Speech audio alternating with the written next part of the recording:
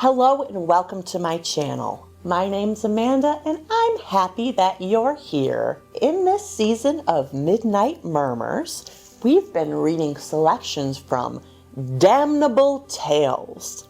In the second episode of this season of Midnight Murmurs, Stories for Swift Nights, we will be reading The First Sheaf by H.R. Wakefield. So if you're in the mood to dive into the genre of folk horror, I invite you to grab a beverage, kick back, and let's get into it. The First Sheaf by H.R. Wakefield, first published in the collection The Clock Strikes 12, 1940. If only they realized what they were doing, laughed old Porteous, leaning over the side of the car. They were a clutter of rustics, cuddling vegetable marrows, cauliflowers, apples, and other stuffs, passing into a village church some miles south of Birmingham. Humanity's been doing that, performing that rite, since thousands of years before the first syllable of recorded time, I suppose, although not always in quite such a refined manner. And then there are maypoles of all indecorous symbols and beating the bounds, a particularly interesting survival with, originally, a dual function. First, they beat the bounds to scare the devils out, and then they beat the small boys that their tears might propagate the rain goddess.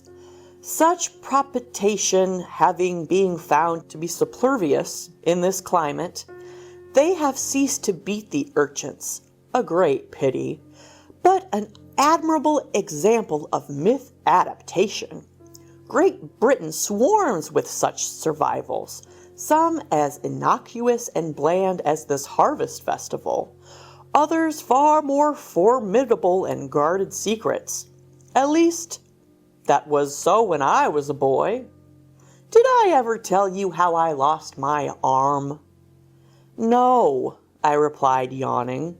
Go ahead. But I hope the tale has entertainment value, for I am feeling deliciously sleepy. Old Porteous leaned back and lit a cigar.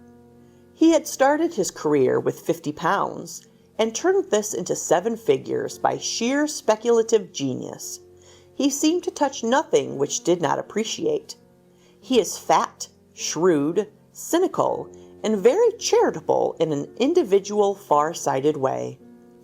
A copious but discriminating eater and drinker, to all appearances, just a superb epitome of a type. But he has a less mundane side which is highly developed, being a devoted amateur of music with a trained and individual taste. And he owns the finest collections of keyboard instruments in Europe, the only one of his many possessions I very greatly envy him. Music, indeed, was the cause of our being together that Sunday morning in August, for I make my living out of attempting to criticize it, and we were driving to Manchester for a hearty Sibylus concert.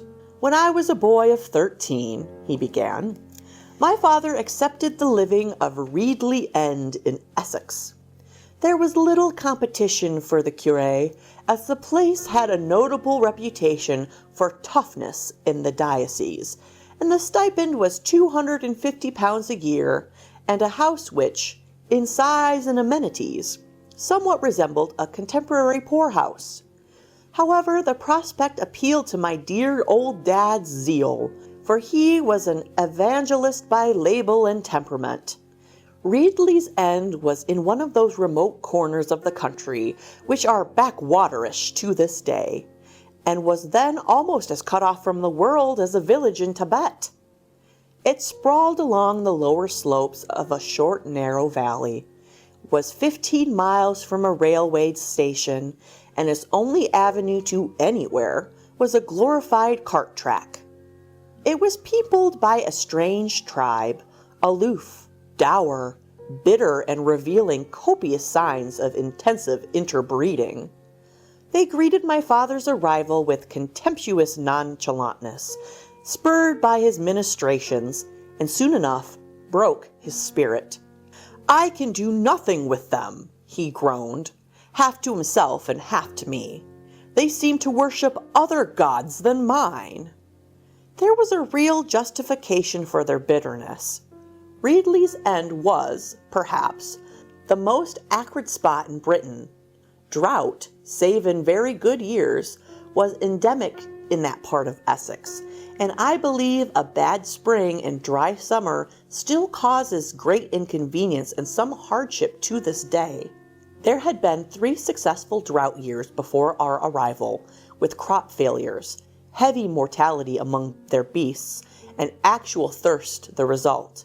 The distress was great and growing, and a mood of venomous despair had come with it. There was no one to help them.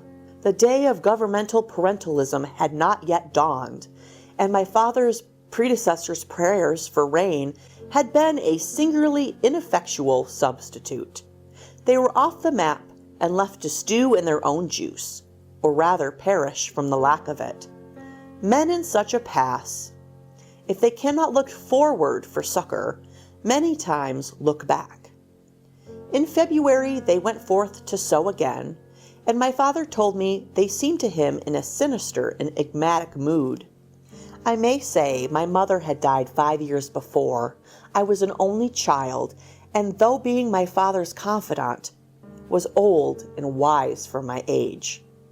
Their habitual aloofness had become impenetrable, and all, even the children, seemed imbued with some communal purpose, sharers of some communal secret. One morning my father went to visit an ancient bedridden crone who snubbed him with less consistent ruthlessness than the rest of his fearsome flock. To his astonishment, he found the village entirely deserted. When he entered the ancient's cottage, she abruptly told him to be gone. "It is no day for you to be abroad, parson," she said peremptorily. "Go home and stay indoors." In his bewilderment, my father attempted to solve the humiliating mystery, and decided to visit one of the 3 farmers who strove desperately to scrape a living for themselves and their hinds from the parched acres, and who had treated him with rough courtesy. His farmhouse was some 2 miles away, and my father set out to walk there. But on reaching the outskirts of the village, he found his way barred by 3 men placed like sentries across his track. They waved him back without a word, and when he made some show of passing them, grew so threatening and their gestures so unmistakable that my father cut short his protests and came miserably home again. That night I couldn't sleep. My father's disturbed mood had communicated itself to me. In some time in the course of it, I went to my window and leaned out. A bitter northerly wind was blowing, and suddenly down it came, a horrid, thin cry of agony that seemed to have been carried from afar. It came once again, diminished and cut short. I crept shivering and badly scared back to bed. If my father had heard it, he made no reference to it next morning, when the village seemed itself again, and though the children were brooding and subdued, their elders were almost in good spirits, ruthlessly jocund, like homing lynchers. I made that comparison, of course, long afterwards, but I know it to be psychologically true. My father had made valiant and pathetic attempts to get a hold of the village youth, and managed to coax together a meager attendance at a Sunday school. On the next Sunday, one of the dozen was missing. This was a girl of about my own age, the only child of a farm laborer and his wife. He was a foreigner, a native of Sussex, and a sparkling, handsome fellow of the pure Saxon type. His wife had some claims to be a beauty too, and was much fairer than the average of those parts. The result was an oddly lovely child, as fair and rosy as her father. She shone out in the village like a golden aureole in a crew of crows. She aroused my keenest curiosity, the bud of love, I suppose, and I spent much of my time spying on her from a shy distance. When she failed to turn up that Sunday, My father went round to her parents' cottage. They were both at home. The man was pacing up and down the kitchen, his face revealing fury and grief. The mother was sitting in front of the fire, wearing an expression my father found it hard to analyze. It reminded him of the appearance often shown by religious maniacs in their less boisterous moments, ecstatic, exalted, yet essentially unbalanced. When he asked after the little girl, the father clenched his fists and swore fiercely. The woman, without turning her head, muttered, "She'll be coming to school no more." This ultimatum was naturally not good enough for my father, who was disagreeably affected by the scene. He asked where she was. She'd been sent away. Where to? He asked. But at this, she became a raging vigaro and ordered my father to go and mind his own business.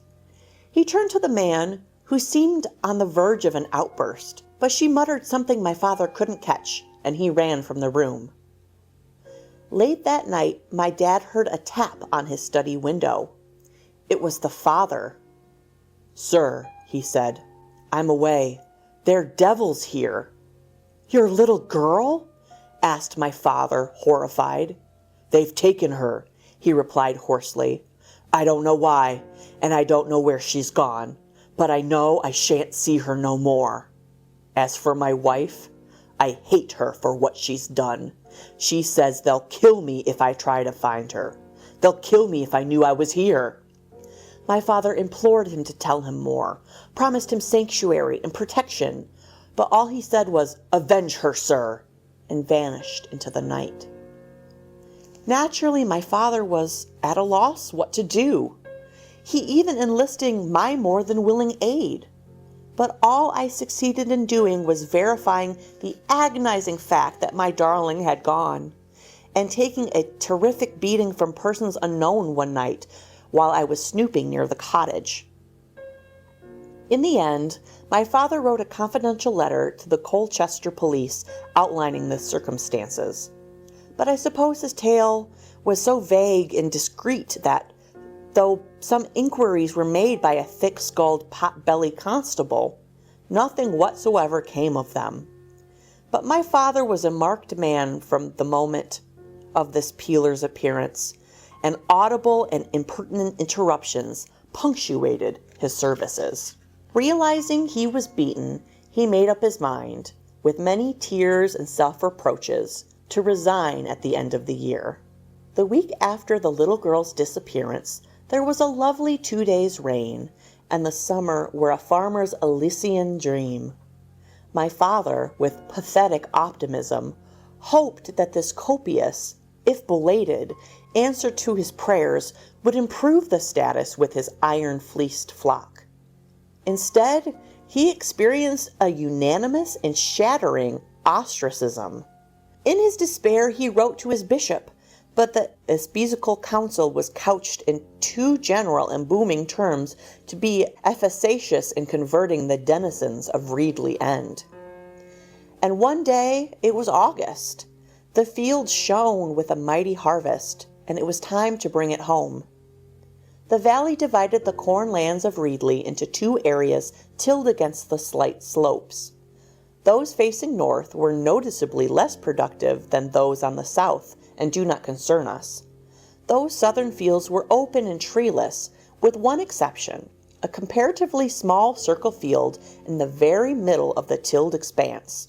This was completely hemmed in by evergreens, yews, and holm oaks.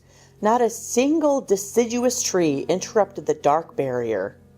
In the center of this field was a stone pillar about 8 feet high.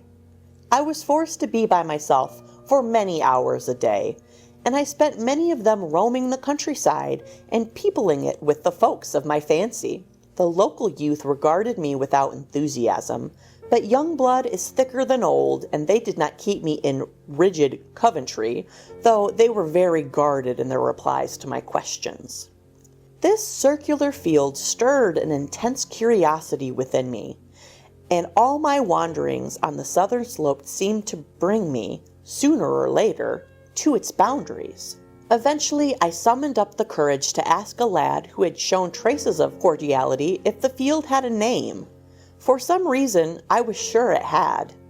He looked at me oddly, nervously, and angrily, and replied, "It's the good field, and naught to do with you." After the little girl's disappearance, I was convinced, vaguely but certainly, that this field was concerned with it.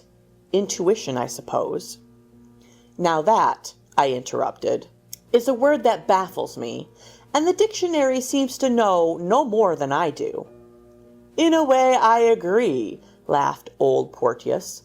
I could answer you negatively and quite accurately by saying that it is a mode of apprehension unknown to women, but I believe an intuitive judgment to be a syllogism of which the premises are in the unconscious, the conclusion in the conscious, though retrospective meditation can sometimes resolve it into a normal thought process. I have often done so in the case of big deals. It is the speed of the intuitive process which is so valuable. And now I hope you are a wiser man. Anyway, I conceived a fascinated horror of the field, a shivering curiosity concerning it I longed to satisfy. One evening, early in March, I determined to do what I had never dared before, walk out into the field and examine the stone pillar. It was almost dusk, and not a soul in sight, when I'd surmounted a small but deep ditch, broken through between two yews, and stood out in that strange place under a hurrying, unstable sky, I felt a sense of extreme isolation. Not, I think, the isolation of being alone in a deserted place, but such as one would experience if alone and horribly conspicuous amongst a hostile crowd. However, I fought down my fears and strode forward. When I reached the pillar, I found it was square and surrounded by a small, cleared expanse of neatly tiled stone. This stone was thickly stained with what appeared to be red rust. The pillar itself was heavily pitted and indented about a third from its top, with such regularity as suggested an almost obliterated inscription of some kind. I clasped the pillar with my arms, tucked my legs round it, and heaved myself up till I could touch its top. This I found to be hollowed out into a cup. I stretched up farther and pushed my fingers down. The next moment I was lying on my back and wringing my fingers, for if I had dipped my hand into molten lead, I couldn't have known a sharper scald. This emptied my little bag of courage, and with 0 at the bone, I got up and ran for it. As I stumbled forward, I took one look over my shoulder, and it seemed to me there was a dark figure standing by the pillar and reaching high above its top. And all the time I gasped homeward, I felt I had a follower, and the pursuit was not called off till I flung myself through the rectory door. "What's the matter?" asked my father. "You shouldn't run like that. And you've cut your hand. Go and bathe it." They'd started to reap in the second week of August, and I found the process of great interest, for it was the first harvest I had seen. I hovered about the outskirts of the activity, fearing my reception if I ventured nearer. I found they were working in towards the round field from all points of the compass, and, young and inexperienced as I was, it seemed to me that the people were in a strange mood, or rather mood cycle, for at times there would be outbursts of wild singing with horseplay and gesticulation, and at others they would be even more morose and silent than had been in their somber wont. And day after day they grew nearer to the round field. They reached it from all sides almost simultaneously by about noon on a superbly fine day. Then, to my astonishment, they all stopped work and went home. That was on a Tuesday, and they did nothing the next day in the fields, though they were anything but idle. There was incessant activity in the village of a sort which perplexed my father greatly. It struck him that something of great importance was being prepared. The hive was seething. Needless to say, no knowledge of it was vouchsafed to him. He discovered by humiliating experience that a meeting of the older men was held in what was known as Odious Field, for the sentries posted round all the approaches to it brusquely and menacingly refused him entrance. Now, whether it was our old friend, intuition or not, I was convinced these plans and consultations concerned the round field, and that something was due to be done there on the morrow. So I crept out of the house an hour before dawn, leaving a note on the hall table telling my father not to worry. I took with me 3 slices of bread and butter and a bottle of water. I made my way to Round Field by a devious route so as to avoid passing through the village, creeping along the hedgerows and keeping a sharp lookout with eye and ear. I have said that a ditch encircled the field, and in it I crouched down between 2 yews, well away from the gates. By creeping into the space where their branches touched, I believed I could spy out undetected. Dawn broke fine, but very heavy and close, and there were red strata of clouds to the east as the sun climbed through them. To my surprise, no one appeared at 6, their usual hour for starting to work, nor at 7, 8, or 9, when I ate half my bread and butter and sipped the bottle. By 10, I had made up my mind that nothing would happen and I'd better go home, when I heard voices in the field behind me and knew it was too late to retreat if I'd wanted to. I could see nothing ahead of me save the high white wheat, but presently I heard more voices, and 2 men with sickles came cutting their way past me. And soon I could see an arc of a ring of them slashing through the center. When they had advanced some 50 yards, I had a better view from right to left, and a very strange sight I beheld. The villagers, mostly old people and children, were streaming through the gate. All were clad in black, with wreaths of corn around their necks. They formed in line behind the reapers and moved slowly forward. They made no sound. I heard not a single child's cry, but stared in a rapt way straight before them. Slowly and steadily, the reapers cut their way forward.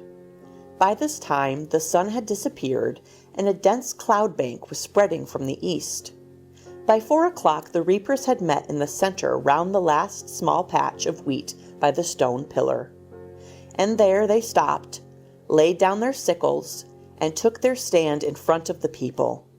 For, perhaps, 5 minutes they all stayed motionless with bowed heads. And then they lifted their faces to the sky and began to chant. And a very odd song they sang, one that made me shiver beneath the yew branches. It was mainly in a minor mode, but at perfectly regular intervals, it transposed into the major in a tremulous but perfectly controlled cry of exultation and ecstasy.